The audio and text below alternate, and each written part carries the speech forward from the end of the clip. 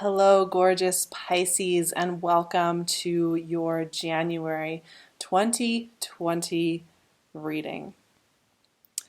Yeah, it feels pretty big, right? There's kind of a big boldness to this time of year. We are shifting into the new year via an eclipse season. We have one eclipse before New Year's. We have one eclipse after. We have Uranus going direct, so I think almost everything's direct in the sky during January, and we are having some big conjunctions and some big illuminations going on, so it's a really powerful time. But I think the message that keeps coming through really clearly for me in the process of starting a new year, in the process of really embracing this Jupiter and Capricorn kind of feel that we have now, is to soften and listen in and not be about, okay, this is a big year, we're supposed to commit, let's push it. That's what keeps coming up. This is a really good time to be very observant and very aware of the motivation behind why you want to commit to something, why you want to force something to happen, why you want to make something into the real world. This is definitely a time to check in with that. And I have a really clear message for Pisces that came through specifically for you, which is that you have something within you to nurture and to grow, and it's glowing, it's bright. It's like humming inside of you. It wants you to acknowledge it and own it and shine it out. And this year, and specifically this month, it gives you the opportunity to do that. To start really honoring the fact that you already know what this glowing, humming, bright thing is. And now is the time to pay attention. Pay attention to those urges that are calling you forward. Pay attention to where it is you want to put your creative juices, your creative voice, your creative glow, the way you give, the way you love, the way you nurture, whatever that is that's showing up. It's one precise thing that keeps coming back time and again and wants to be seen and acknowledged. There's a lot of energy working in your 11th house here in Capricorn, right? Jupiter's there, and there's a lot of shadow work going on with Jupiter conjunct the South Node, and then Jupiter opposing the North Node in Cancer.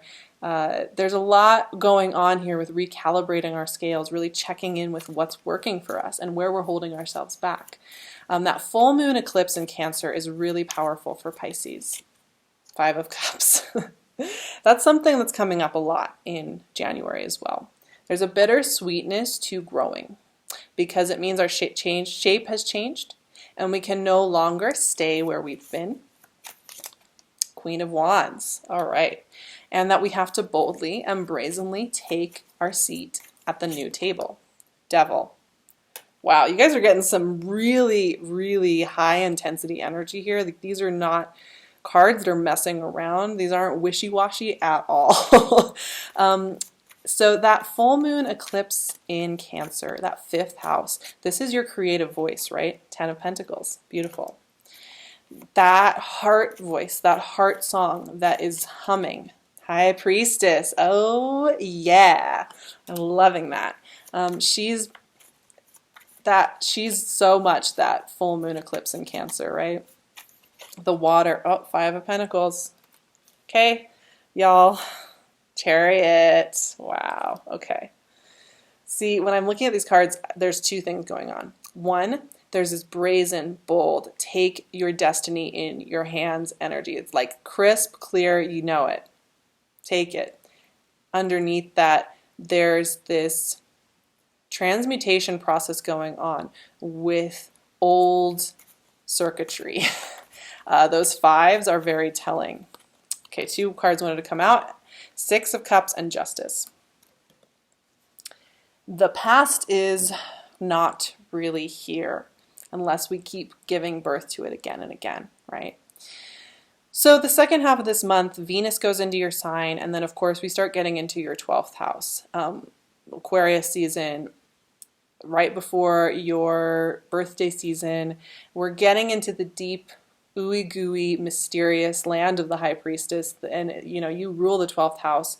So this is kind of logic that you can get behind, Pisces. But when we go to the 12th house, when we go to our secret and our esoteric and our hidden and our transmutational and our high up and our evolved soul level, this is where we also check in and tap in with any of those old janky wiring cords that are like hanging out the back of the stereo that really like are just a safety hazard and really aren't doing anything for anybody.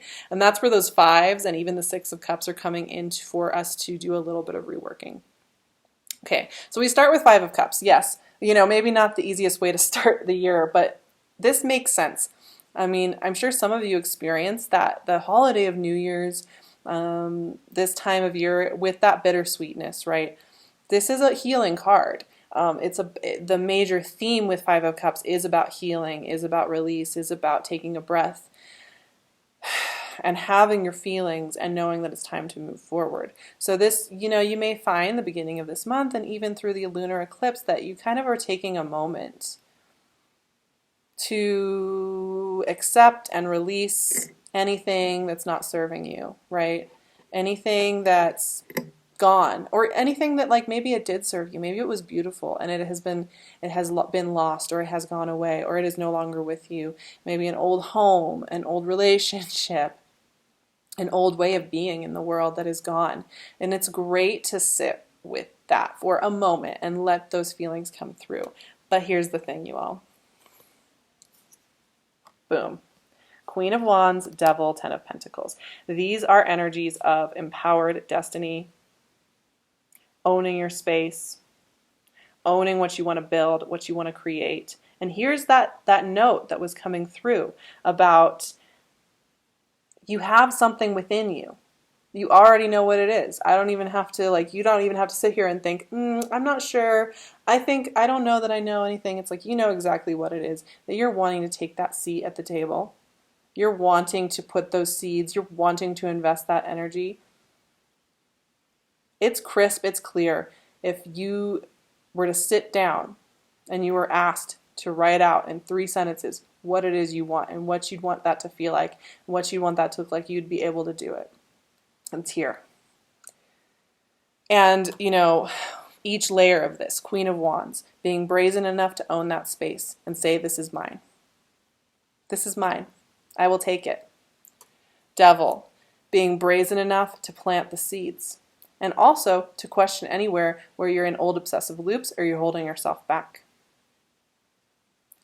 Ten of Pentacles, being bold enough to actually put some roots in and not make up BS excuses about, oh, well, if I have to choose this thing, then opportunity cost, I'll lose all these other things. No. Ten of Pentacles is brazen in the sense of knowing that something's right for you, knowing you're not going to understand the whole mechanism, knowing that you're not going to understand exactly how that's going to play out, but knowing that you got to show up fully and richly for something if you want it to flower fully and richly and really be a part of your life, right? These are very clear energies, my friends. Like I said, those are like the least watery energies you could have, right? They're very grounded and fiery, which is all about the actions we take in the world and the way we build in the world. Okay. No wonder you have a little bit of grief at the beginning of the month. Here's the thing. You've got really watery energy surrounding this Five of Pentacles. High Priestess, Five of Pentacles, Chariot, and the Six of Cups. The water energy here is all about what feels good, what intuitively feels good, how we take actions inspired by our energetic states, right? And then there's the Five of Pentacles. Now, the Five of Pentacles is where we feel like we don't have enough, where we feel like this is the lizard brain.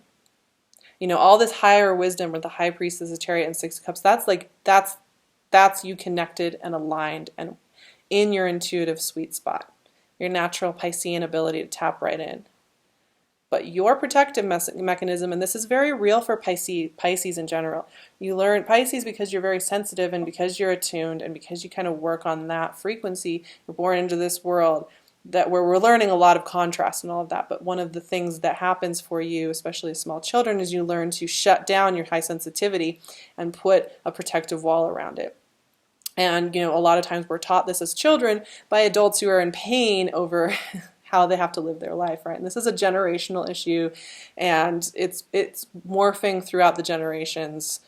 That's a bigger conversation. But Five of Pentacles is that point, is that armor that we think we need, which is to preemptively decide we can't have something, preemptively decide we're not going to be okay, preemptively look out for the pitfalls and why it's not going to work and why we're not allowed to have it and why we're shut out from source and why life is scary. And we put that armor on to get through going to school every day, dealing with stress at home, whatever it is.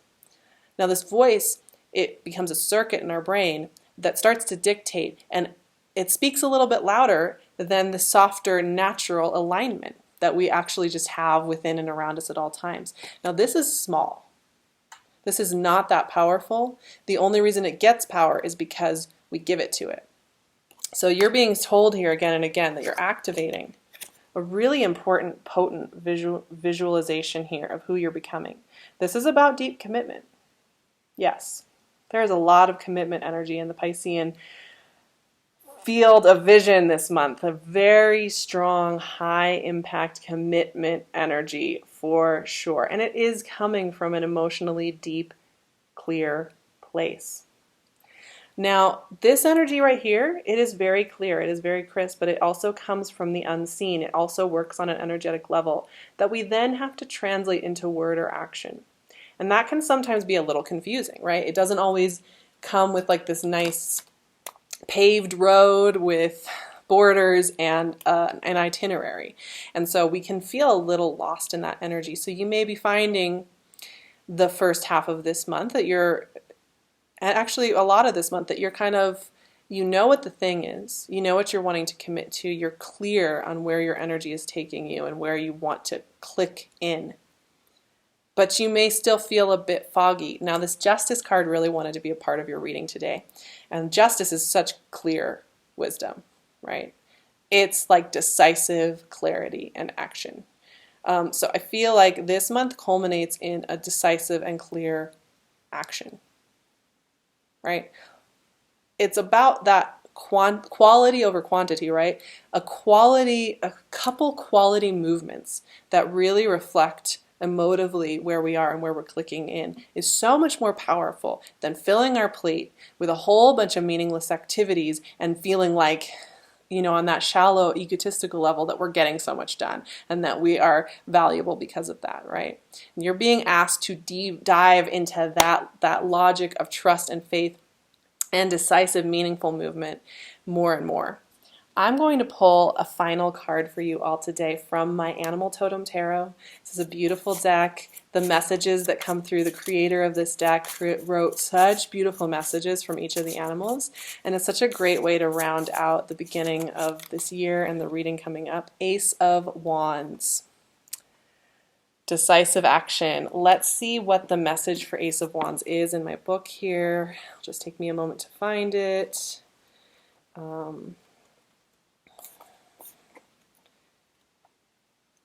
All right, here we go. So Ace of Wands is the firefly.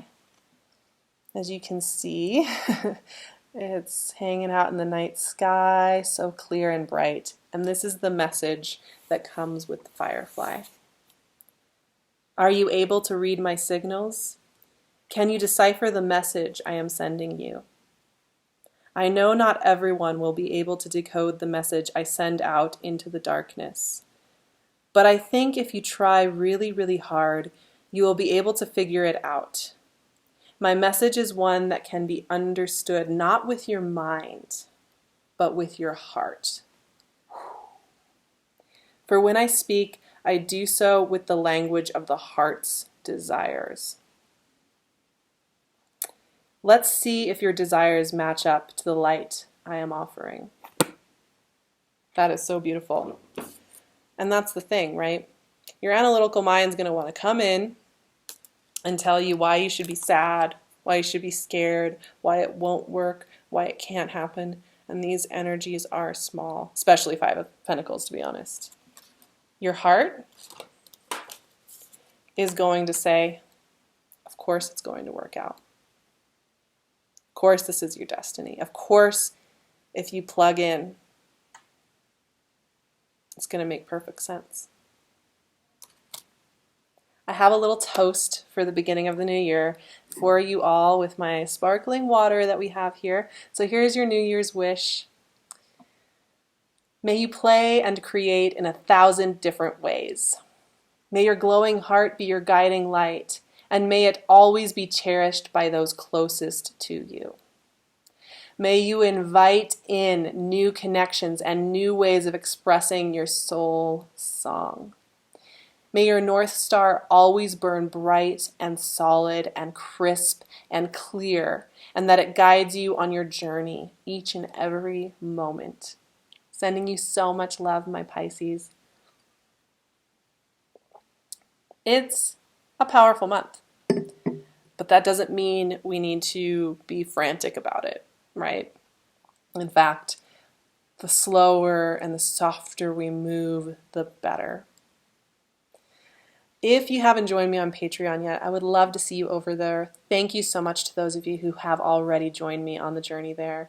I do a lot of extra transit discussions. I do a weekly astro write-up so that you get a feel for the week, where to kind of pay attention, tune in just a little bit behind the scenes. Also, you get to learn a lot more about me as a person, and I'm planning on doing a lot more check-ins in the new year and the year coming ahead about what's going on in my life and how I'm working through maybe my own process, because as I talk about all these tool sets, I'm also learning and growing with you on this journey. So if you're interested in learning more about me as a person, that's a great place to sit with me and just hang out. And of course, I would love to see you there. And you can also find me on Instagram at SarahVerba or on my website, sarahverba.com.